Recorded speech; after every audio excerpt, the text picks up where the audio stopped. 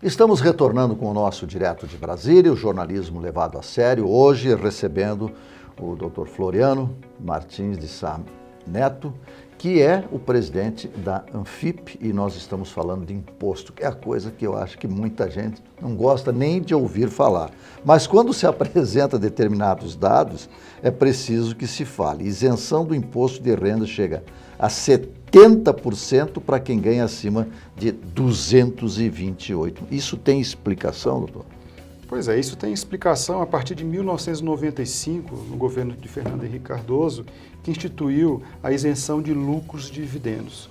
Porque o empresário, esse autoempresário, ele tem isso é que efetivamente contribui com o grosso da renda dele. Então ele é isento. Aí quando faz a composição com que ele paga, com que ele expõe a tributação, nós chegamos nesses números que são, de certa forma, eles falam por si. Eu não vou nem falar muito o que a gente pensa sobre isso.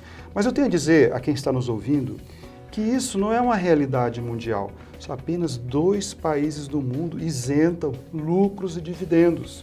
É o Brasil e a Estônia. E a pergunta é essa: quem está certo e quem está errado?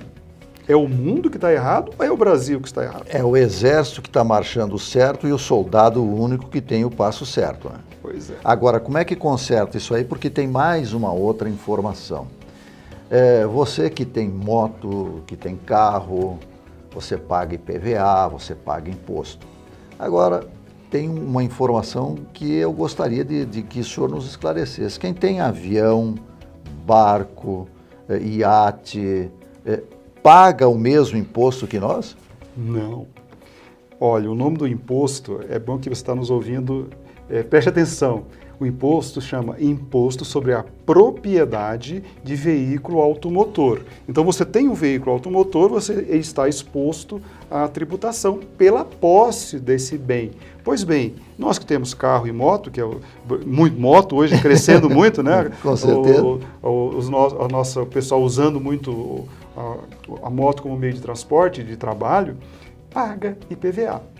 Pois bem, pasmem, o dono do iate, o dono do jet ski, o dono do avião, que tem motor, eu acho que ele não se move pela força do pensamento, né? Eu acho que tem motor, né? Não paga nada. Então, esse é um exemplo de como o nosso sistema tributário, ele não dá mais para ser remendado, nós temos que olhar ele inteiro. Nós vamos ter, nesses estudos que os especialistas estão fazendo, um capítulo só para falar sobre o IPVA. Então teremos lá um diagnóstico e depois, em seguida, uma proposta para tratar esse assunto. Bom, vamos falar de reforma tributária. Estivemos aqui com o deputado Luiz Carlos Rauli, que elaborou um projeto, está aí agora sofrendo para fazer passar aquele projeto.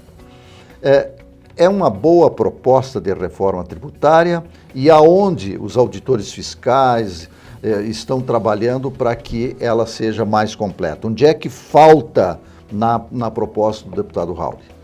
O deputado Rauli, a gente conhece ele, já debatemos publicamente em várias ocasiões com ele, apontando sugestões para que seja aprimorada, merece o nosso, realmente, uma avaliação positiva da iniciativa dele, de levantar a questão. Foi seguramente a proposta que mais avançou nos últimos anos, mas infelizmente temos que dizer que a proposta é insuficiente. A proposta trata de um assunto importante, que é a simplificação, realmente há regras demais, a sobreposição de tributos, há uma série de coisas que precisam ser resolvidas, mas é absolutamente insuficiente. Por que ela é insuficiente? Ela é insuficiente porque ela não vai mexer nisso que eu lhe falei, o equilíbrio entre o consumo e a renda e o patrimônio. Ela não mexe com isso. Ela é basicamente uma proposta que só olha o consumo. Então ela faz uma proposta de simplificação dos impostos e contribuições sobre o consumo e não olha a renda. A gente olha depois. Não. Ou a gente olha no mesmo momento, que é justamente para fazer esse equilíbrio, isso é uma balança. Eu estou dizendo aqui, garantindo, a nossa proposta não aumenta a carga tributária, ela mexe nesse equilíbrio. E aí eu quero chamar a atenção para o pequeno empresário, para o médio empresário, para as pessoas que precisam produzir, que precisam vender. A nossa proposta, ao diminuir a regressividade do consumo, ela vai abrir, ou seja, vamos cobrar menos impostos, ICMS, por exemplo, vamos cobrar menos ICMS, o que vai acontecer? Vai sobrar mais espaço para as famílias de baixa renda consumirem. E isso, por si só, já vai trazer resultados muito positivos para o crescimento econômico do Brasil. Com sobra de renda, se gasta mais, se consome mais e aí aquece também a economia. Isso ficou comprovado no governo do presidente Lula. O presidente Lula, infelizmente, não fez a reforma tributária necessária, que é essa que nós pretendemos apresentar, mas nós tivemos um crescimento econômico sustentado por esse fato. Pela primeira vez, vamos dizer assim, nos momentos mais... Isso começou desde 88, né? O empoderamento dos mais pobres, com certeza, através dos programas sociais, e aí vamos repartir com todos os presidentes que trabalharam nesse período, mas efetivamente isso aconteceu, ficou comprovado.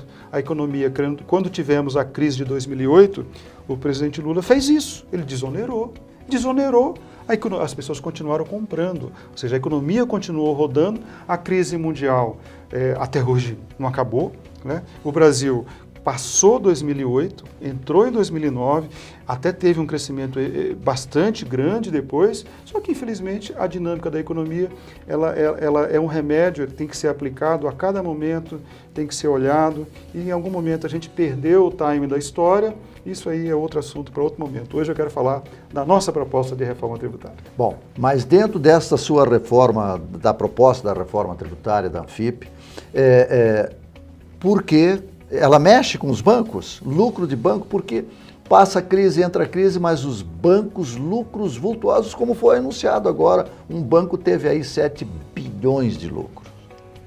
Esse é um fato que isso está demonstrado, é público e notório, né? A lucratividade excessiva de alguns setores em detrimento da atividade produtiva.